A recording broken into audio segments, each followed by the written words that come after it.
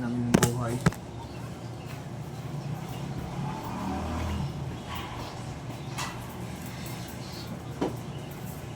Kaya nga, akala nila gano'n ang buhay na. Ate May, bakit ang kalat-kalat dito? Ate May na.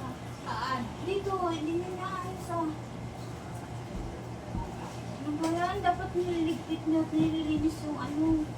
Tanggalin yung ibang ano mga gamit dyan naman hindi na pakinabangan para ano. Kaya nga, Ano ba yan? Ang gulo-gulo dito sa parlor. Asan si Marikit?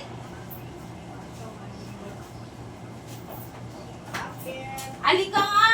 Ano ba yan? Ang kalat dito. Hindi kayo naglilinis.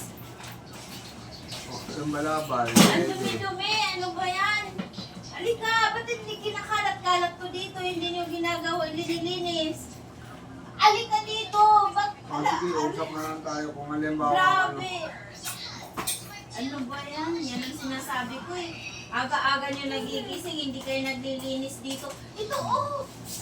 Hindi ka na ako nag-map, ako nagwalis. Hindi ka lang yan. Tawagin mo sa Timaylat na para ayusin niya to. Ano ba yan? Lagi na lang ako pagdating ko dito, gulong-gulo yung parlor, hindi niya inaayos. Ba't nakangirit ka? Puro kaganda niya Ate Marikit eh. Ate, may bakit kasi ganyan ka lagi? Hindi ka naglilinis dyan? Bakit? Ano nangyari dyan, ha? Wala, tingnan mo, kinakalat nila yung ano, hindi Yung nila ano? inaayos, nililigpit yan. Naiinis ako. Patay kayo. Ikaw, puro ka talaga. Maglinis ka na lang nga dyan. Puro ka talaga.